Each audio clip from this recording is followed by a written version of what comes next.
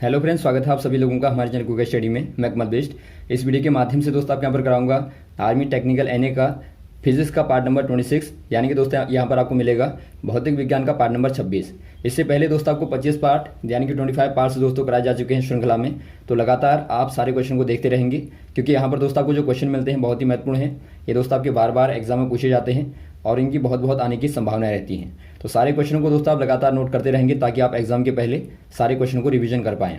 तो शुरू करते हैं। देखिए, आराम से आप देखेंगे और सारे क्वेश्चन को कॉपी और पेन निकाल के नोट करते रहेंगे। और लगातार दोस्तों आप साथ में वीडियोस को शेयर करते रहिएगा ताकि लगातार सारे लोगों को मिलती रहे। और दोस्तों आपने चैनल सब्सक्राइब ना किया हो तो प्लीज़ सब्सक्राइब कर लें ताकि हमारे वीडियोज़ आपको लगातार मिलते रहें। तो शुरू करते हैं क्वेश्चनों को। पहला क्वेश्चन आपको दिखाई देता है दोस्तों, किसी वस्तु का निरपेक्ष द्रव्यमान है, यानी कि आपको बताना है the non relativistic mass of an object. दोस्तों यहाँ पर देखिए, यदि आप बात करें स्पेशल रिलेटिविटी की, दोस्तों रिलेटिविटी की यानी कि सापेक्षता की बात करें, दोस्तों आप सापेक्षता के सिद्धांत की बात करें तो यहाँ पर दोस्तों आपके दो मास होते हैं। एक मास होता है आपका रेस्ट मास, या फिर आप इसको बोलते हैं दोस्तों इनवेरिएंट मास, या फिर आप इसको बोलते हैं नॉन रिलेटिविस्टिक मास। यानी कि यहाँ पर जो आपको पूछा गया है, आपको यही पूछा गया है निरपेक्ष द्रव्यमान। और दूसरा आपका होता है दोस्तों रिलेटिविस्टिक मास, यानी कि दोस्तों एक प्रकार से आप कह सकते हैं सापेक्ष वाला द्रव्यमान। ये क्या होता है दोस्तों, ये आपका वेलोसिटी के साथ में चेंज हो जाता है। वेलोसिटी के साथ में दोस्तों क्या होता है, चेंज होता है। आपने वेलोसिटी को बढ़ाया, यानी कि दोस्तों आपने वेलोसिटी को कम ज़्यादा किया तो इसके मान में परिवर्तन हो जाता है। जबकि यदि आप बात करें दोस्तों नॉन रिलेटिविस्टिक मास की, यानी कि आप बात करें रेस्ट मास की दोस्तों, तो इसमें कोई भी परिवर्तन वेलोसिटी के आधार पर नहीं होता है। तो यहाँ पर आप कह देंगे दोस्तों नो चेंज विद वेलोसिटी। तो यहाँ पर आप कह देंगे दोस्तों ऑप्शन नंबर आपका देखिए दिखाई देता है आपका सी वाला, वेग बढ़ाने पर इसमें परिवर्तन नहीं होता है, यानी कि आप कह देंगे does not change with increases velocity. तो ये दोस्तों आपके यहाँ पर क्या होता है, निरपेक्ष द्रव्यमान होता है। तो ऑप्शन नंबर आप सी वाले में टिक कर देंगे। अगला क्वेश्चन देखिए दोस्तों, एक बॉल को किसी ऊंचे कोने से क्षैतिज तल में फेंका जाता है, वायु प्रतिरोध को नगण्य मानते हुए उड़ान के समय गेंद का त्वरण होगा। अर्थात दोस्तों आपको बताना है a ball is thrown horizontally from the top of cliff assuming no air resistance, the acceleration of the ball while it is flight. दोस्तों यहाँ पर देखिए, आपको ये क्वेश्चन पहले भी बताया जा चुका है दूसरे फॉर्म में। माना दोस्तों आपने यहाँ पर बॉल को फेंका यहाँ से, तो इस प्रकार से निकलेगी, यानी कि पैराबोला, जो पैराबोला का पाथ होता है दोस्तों, यानी कि परवलय का पाथ बनाती है। माना दोस्तों आप किसी मोमेंट टी पे गेंद को देखते हैं और वो यहाँ पे है, तो आप देखते हैं दोस्तों यहाँ पर गेंद में दो प्रकार की वेलोसिटी होती है। एक आपका होगा दोस्तों एक्स डायरेक्शन में, इसको आप बोलते हैं हॉरिजॉन्टल वेलोसिटी, इसको दोस्तों आप यू एक्स के द्वारा दिखा सकते हैं। और एक आपका होता है वर्टिकल वेलोसिटी, जो कि दोस्तों आपकी वर्टिकली लगती है, वर्टिकल वेलोसिटी दोस्तों, यानी कि ऊर्ध्वाधर, इसको आप बोलते हैं ऊर्ध्वाधर वेग, और इसको आप बोलते हैं दोस्तों क्षैतिज वेग। तो ये आपका एक्स डायरेक्शन में होगा और ये आपका वाई डायरेक्शन में। यहाँ पर देखिए दोस्तों आपको पहले ही दिया है जो वायु का प्रतिरोध है, यानी कि जो एयर रेजिस्टेंस है, उसको दोस्तों आपको जीरो मानना है। तो यहाँ पर देखिए आगे से गेंद पर कोई भी प्रकार का फोर्स नहीं लगता है, यानी कि कोई भी दोस्तों आपका बल अप्लाई नहीं होगा। तो यहाँ पर यदि आप देखें इसको, तो आपका जो यू एक्स होगा दोस्तों, उस पर कोई फोर्स नहीं लगेगा। तो यू एक्स क्या रहेगा, एक प्रकार से कॉन्स्टेंट होगा, यानी कि जो आपका वेलोसिटी होगी दोस्तों हॉरिजॉन्टल वाली, वो क्या होगी दोस्तों आपकी यूनिफॉर्म होगी, यानी कि उसमें कोई भी चेंज नहीं होगा। आप लिखेंगे नो चेंज। तो यदि दोस्तों वेलोसिटी में कोई चेंज नहीं होगा तो वहाँ पर कोई भी दोस्तों त्वरण पैदा नहीं होगा, यानी कि वहाँ पर कोई भी एक्सेलरेशन नहीं होगा। अब बात करें दोस्तों आप वर्टिकल की, तो वर्टिकल में आप जानते हैं जो ऑब्जेक्ट होगा, यानी कि जो गेंद होगी दोस्तों, उसका मास और गुणा जी कर देंगे, तो ये नीचे को दोस्तों, यानी कि वेट जो होगा दोस्तों नीचे को फोर्स करेगा, यानी कि नीचे को बल लगाएगा। इससे क्या होगा दोस्तों, इससे लगातार वी वाई में चेंज होगा, यानी कि जो वेलोसिटी होगी दोस्तों वर्टिकल वाली, उसमें लगातार चेंज होगा। और चेंज होने से क्या होगा दोस्तों, एक प्रकार का त्वरण, यानी कि यहाँ पर दोस्तों आपका एक प्रकार का एक्सेलरेशन क्रिएट हो जाएगा, पैदा हो जाएगा।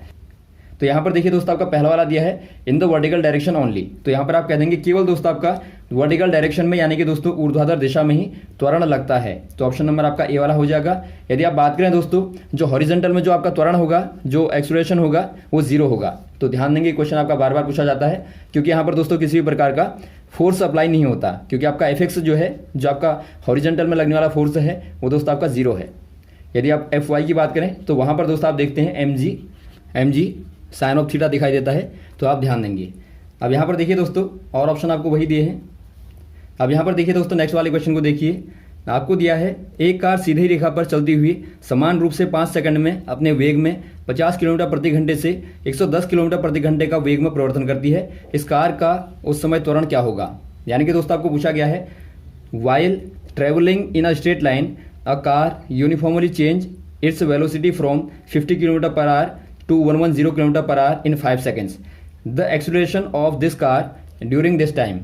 दोस्तों यहाँ पर देखिए, कोई कार है और ये दोस्तों एक प्रकार से सीधी रेखा में चलती है, यानी कि एक प्रकार से दोस्तों यूनिफॉर्म डायरेक्शन में। आप देखते हैं यहाँ पर सीधी रेखा में दोस्तों ये चलती है वेलोसिटी v के साथ में, v1 के साथ में दोस्तों, और कुछ टाइम के बाद में यानी कि 5 सेकंड के बाद में दोस्तों ये v2 को प्राप्त होती है। इसको दोस्तों आप इनिशियल वेलोसिटी कहते हैं। इनिशियल वेलोसिटी यानी कि जो प्रारंभिक वेग होता है, इसको दोस्तों आप u के द्वारा दिखाते हैं। और ये आपका फाइनल या फिर आप कहें दोस्तों अंतिम वेग है, इसको दोस्तों आप v के द्वारा रिप्रेजेंट करते हैं। और आप जानते हैं जो आपका मोशन की इक्वेशन होती है दोस्तों, न्यूटन की मोशन इक्वेशन है दोस्तों, उनमें दोस्तों आपकी 3 इक्वेशन हैं, जिनमें से पहली वाली इक्वेशन है v बराबर u प्लस at। तो यहाँ से आप अप्लाई करेंगे दोस्तों, तो आपका a बराबर क्या हो जाएगा, जो कि आपको निकालना है, त्वरण को निकालना है, तो a बराबर हो जाएगा v minus you upon T हो जाएगा।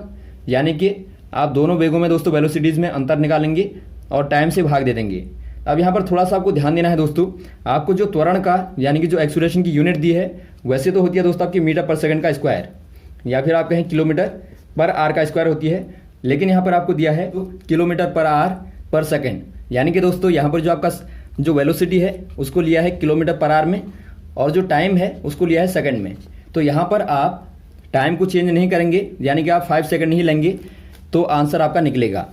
तो यहाँ पर आप क्या करेंगे दोस्तों, v माइनस यू करेंगे, यानी कि 110 माइनस 50 करेंगे अपॉन 5, तो बराबर क्या मिलेगा 60 अपॉन 5, यानी कि दोस्तों आपको मिलेगा 12 किलोमीटर पर आवर पर सेकंड।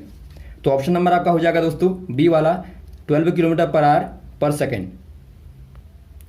अगला क्वेश्चन देखिए दोस्तों, यदि वेग में परिवर्तन होता है तो डैश में अवश्य ही परिवर्तन होता है। यानी कि दोस्तों आपको बताना है, if there is to be change in velocity the must be change in. दोस्तों यहाँ पर देखिए, यदि आप वेग में परिवर्तन करते हैं, वेलोसिटी बराबर होता क्या है दोस्तों, यानी कि वेग बराबर क्या होता है, वेग बराबर होता है डिस्प्लेसमेंट अपॉन टाइम, या फिर आप कहें दोस्तों विस्थापन बट्टा समय होता है। और आप जानते हैं दोस्तों जो वेलोसिटी होती है वो एक प्रकार से वेक्टर क्वांटिटी होती है। वेक्टर क्वांटिटी कहने का मतलब है दोस्तों सदिश राशि होती है। और आप सदिश राशि में देखते हैं दोस्तों डायरेक्शन और मैग्नीट्यूड। मैग्नीट्यूड यानी कि आपका परिमाण और दिशा दोनों ही होती हैं, दिशा। यानी कि दोस्तों जब आप वेलोसिटी में चेंज करते हैं तो डायरेक्शन भी बदलेगी दोस्तों, और साथ में मैग्नीट्यूड भी बदल जाएगा। मैग्नीट्यूड बदलने का मतलब है दोस्तों आपकी जो स्पीड होगी, जो पहले स्पीड थी दोस्तों, वो भी बदल जाएगी। यानी कि चाल और दिशा में दोस्तों परिवर्तन होता है। तो यहाँ पर देखिए आपको दिया है ऑप्शन नंबर सी वाला, स्पीड एंड डायरेक्शन बोथ, यानी कि चाल और दिशा दोनों ही दोस्तों बदल जाएंगी। अगला क्वेश्चन देखिए दोस्तों, सुसान एक 100 किलोग्राम के पहाड़ को 5 न्यूटन के बल से धक्का लगाता है, परंतु पहाड़ नहीं हिलता है। पहाड़ द्वारा सुसान पर लगाया गया बल क्या है? यानी कि दोस्तों आपको बताना है, Susan push 100 kilogram rock with force of 5 Newton's but the rock does not move. The force the rock exert on Susan. दोस्तों यहाँ पर देखिए, एक पहाड़ है जो कि 100 किलोग्राम का है। यहाँ पर एक पहाड़ है जो कि दोस्तों 100 किलोग्राम का है। इस पर सुसान क्या करता है दोस्तों, सुसान जो है फोर्स अप्लाई करता है जो कि आपका 5 न्यूटन का है, और पहाड़ नहीं हिलता है, यानी कि इसमें कोई भी दोस्तों आपका मूवमेंट नहीं होता है। तो इससे क्या पता लगता है आपको कि जो आपने बल लगाया दोस्तों, उसी के बराबर यहाँ से भी आप पर बल लगता है। यानी कि जो आपका टोटल रिएक्शन और एंटी रिएक्शन होता है दोस्तों, वो आपका 0 होता है। आपने पढ़ा होगा जो न्यूटन का 3rd लॉ है, वो क्या कहता है दोस्तों, वो कहता है एवरी रिएक्शन के बराबर, और उसके अपोजिट डायरेक्शन में दोस्तों क्या होती है, एंटी रिएक्शन होती है। यानी कि रिएक्शन, और दोस्तों इसी के अपोजिट में क्या होती है, एंटी रिएक्शन होती है। इसको दोस्तों आप क्रिया प्रतिक्रिया भी बोलते हैं। आपने पढ़ा होगा क्रिया प्रतिक्रिया। इसी के माध्यम से दोस्तों आप अर्थ पर चल पाते हैं, या जो रॉकेट होती है आसमान को उड़ पाती है। तो इसके बहुत सारे एग्जाम्पल हैं जो आपके बार बार पूछे भी जाते हैं। तो ये आपका थर्ड लॉ यहाँ पर अप्लाई होता है। तो यहाँ पर आप क्या कह देंगे दोस्तों, जो F12 है जो अप्लाई किया गया है वो दोस्तों आपका बराबर होता है F21 के अपोजिट डायरेक्शन में, यानी कि जो पहाड़ के द्वारा बल लगाया गया उसके बिल्कुल बराबर होता है। तो यहाँ पर यदि आप दोस्तों दोनों को बराबर कर दें तो जो डिस्प्लेसमेंट होगा, यानी कि जो परिवर्तन होगा दोस्तों 0 हो जाएगा। दोनों बल एक दूसरे को कैंसिल कर देंगे। यानी कि आप कह सकते हैं जो फोर्स दोस्तों 5 न्यूटन का सुसान ने अप्लाई किया, वही फोर्स रॉक ने यानी कि पहाड़ ने उस पर भी अप्लाई किया, तो कैंसिल हो गई। तो यहाँ पर आप कह देंगे दोस्तों आपका 5 न्यूटन का बल लगाया जाएगा पहाड़ के द्वारा। तो ऑप्शन नंबर आपका बी वाला सही हो जाएगा। अगला क्वेश्चन देखिए दोस्तों, कौन सी संख्या किसी वस्तु की चाल तथा उसके चारों ओर की ध्वनि की चाल के अनुपात को बताती है। यानी कि दोस्तों आपको पूछा गया है what number represent the ratio of speed of an object to the speed of sound in the surrounding air. दोस्तों यहाँ पर देखिए आपको पूछा गया कि कौन सी वाली नंबर यहाँ पर ऐसा नंबर दोस्तों जो कि बताता है रेशियो बिटवीन, यानी कि अनुपात बताता है दोस्तों ऑब्जेक्ट की स्पीड में, ऑब्जेक्ट स्पीड और साथ में दोस्तों उसी के सराउंडिंग जो साउंड है उसके दोस्तों स्पीड में रेशियो बताता है। तो ये नंबर क्या कहलाता है आपको बताना है। ये मैक नंबर कहलाएगा, या प्लांक कांस्टेंट कहलाएगा, या एवोगैड्रो नंबर कहलाएगा, या फिर एन इलास्टिक कांस्टेंट कहलाएगा। ये दोस्तों कहलाता है मैक नंबर। मैक नंबर कहलाता है दोस्तों। तो आप ध्यान रखेंगे मैक नंबर जो बताता है ये क्या बताता है दोस्तों, ये बताता है कोई ऑब्जेक्ट जो आपने फेंका है, या फिर आप कहें दोस्तों कोई फ्लूइड है दोस्तों, उसका जो स्पीड होती है और जो उस फ्लूइड में साउंड की स्पीड होती है, दोनों के रेशियो को बताता है मैक नंबर। तो यहाँ पर आप एग्जांपल के तौर पे ले सकते हैं, मान लीजिए कोई एरोप्लेन आप लेते हैं दोस्तों, तो एरोप्लेन की जो स्पीड होगी और उसके अराउंड में जो साउंड की स्पीड होगी दोस्तों, दोनों के यदि आप अनुपात को निकालेंगे तो मैक नंबर कहलाता है। अब यहाँ पर देखिए दोस्तों, यदि आपका मैक नंबर, इसको आप एम से दिखाते हैं, मैक नंबर यदि आपका दोस्तों 1 है तो इसको आप बोलते हैं ट्रांसोनिक बोलेंगे। यदि आपका दोस्तों मैक नंबर 1 से बड़ा है तो इसको आप बोल देते हैं सुपरसोनिक। यदि आपका मैक नंबर 1 से कम है दोस्तों तो आप बोल देते हैं सबसोनिक। और यदि आपका मैक नंबर 5 से बड़ा है तो इसको आप बोल देते हैं दोस्तों हाइपरसोनिक। तो ये भी आपका पूछा जाता है, तो इनको आप याद रखेंगे मैक नंबर के आधार पर दोस्तों, जो ऑब्जेक्ट और साउंड की स्पीड का जो रेशियो होता है इसके आधार पर आप इनको बताते हैं। अगला क्वेश्चन देखिए दोस्तों, एक सीधे लंबे धारावाही तार के चारों ओर चुंबकीय क्षेत्र का आकार कैसा होता है। यानी कि दोस्तों आपको बताना है the shape of the magnetic field around a long straight current carrying wire is. दोस्तों यहाँ पर देखिए कोई करंट कैरिंग वायर है, यानी कि कोई आपने लंबा वायर लिया दोस्तों, तार लिया लॉन्ग वायर, और इसमें दोस्तों आई धारा प्रवाहित होती है, यानी कि कोई धारा दोस्तों यहाँ पर धारा आई प्रवाहित होती है, यानी कि आई दोस्तों बहती है। तो आपको बताना है इसके जो चारों ओर मैग्नेटिक फील्ड होगा, मैग्नेटिक फील्ड या फिर आप कहें दोस्तों चुंबकीय क्षेत्र होगा, उसका दोस्तों शेप कैसा होगा। जो भी आपकी वायर होती है दोस्तों, स्ट्रेट वायर होती है, लॉन्ग वायर दोस्तों, उसके चारों ओर का जो मैग्नेटिक फील्ड होता है वो सर्कुलर वे में होता है दोस्तों। और जो ये सर्कल होते हैं दोस्तों कैसे होते हैं, ये आपके दोस्तों कॉन्सेंट्रिक सर्कल होते हैं, यानी कि एक ही केंद्र के आधार पर दोस्तों लगातार आपके सर्कल बनते जाते हैं, और जितनी बाहर को जाएंगे दोस्तों उतना ही मैग्नेटिक फील्ड की इंटेंसिटी कम होती जाएगी, और आप नियर आएंगे तो यहाँ पर आपकी इंटेंसिटी बढ़ती रहेगी।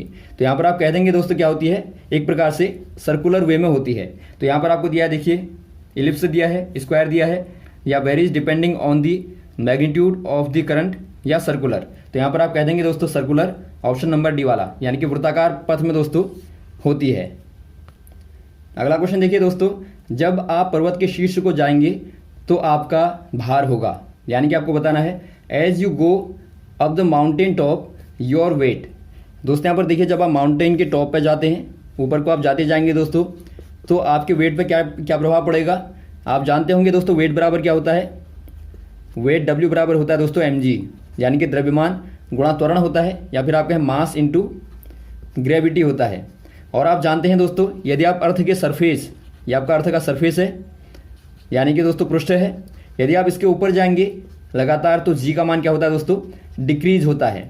और आप नीचे जाते हैं तो वहाँ भी दोस्तों क्या होता है, जी का मान डिक्रीज होता है, यानी कि कम होता है लगातार।